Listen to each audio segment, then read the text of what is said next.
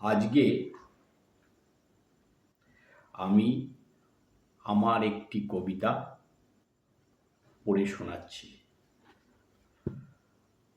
কবিতাটির নাম মা। মাকে কোনোদিন রাগতে দেখিনি।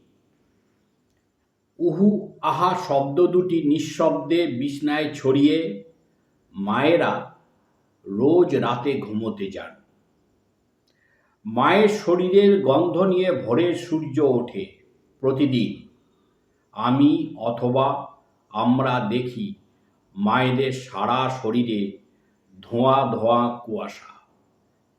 সেই কবে থেকে মায়েরা পুড়ছেন তার দিনক্ষণ কেউ জানে না।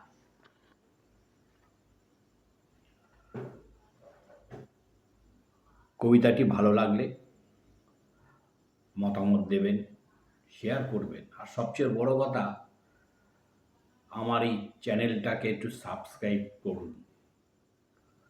অনেক দিন ধরে এই চ্যানেলটা নিয়ে রয়েছি। ভালো থাকবেন সবাই। নমস্কার।